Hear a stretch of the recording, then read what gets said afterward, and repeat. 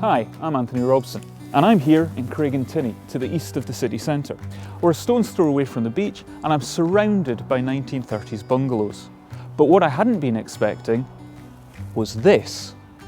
It's a giant 19th century mausoleum. But just what is it, and how did it get here? This monument is known as the Craigentinny Marbles, and it's the resting place of William Henry Miller and a few members of his family. In the 19th century, Miller was MP for Newcastle-under-Lyme, as well as heir to the vast Craigentinny estate, which covered this area long before the bungalows. When he died in 1848, he left instructions for a lavish burial. His coffin was to be placed at the bottom of a 40-foot stone-lined shaft, with a large slab and edifice on top. But just why was he going to such lengths to protect his remains? Nobody really knows, but perhaps the strangest suggestion is that because he was slight of frame, unmarried and never grew a beard, he was actually a woman. More likely is that because he died in the time of grave robbers, he was simply avoiding any possibility of being dug back up.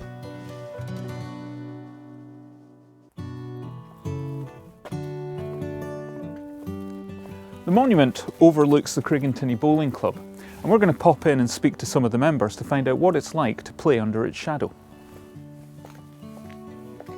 So how long has the club been here underneath the Craigentinny Marbles? About 114 years. No. Yeah. The ladies have a competition they play every year. It's called the Marbles. It's a singles competition. We have seagulls sit on top of the monument, and sometimes we've said that it's like they're laughing at you. If you play a bad bowl, you're like, yeah, thank you.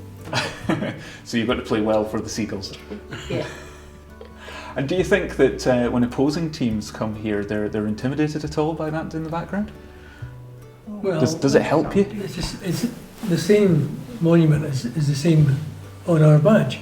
So I suppose looking at the monument, I know who they're playing.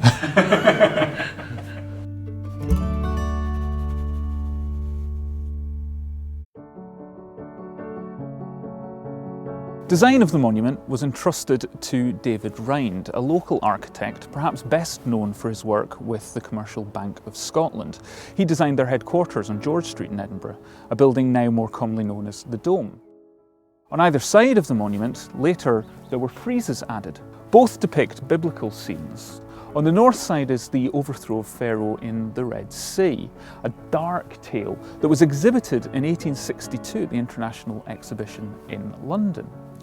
On the south side, he completed a year later the Song of Moses and Miriam, which is full of more hope and joy. And what we're left with is a Grade A listed building, which dominates the 1930s buildings that surround it. And even on a gloomy day like this, you can see it's a fantastic place to visit. And you can just imagine what it's like for the bowlers of Craigentinny Bowling Club on a beautiful summer's day to be playing in its shadow.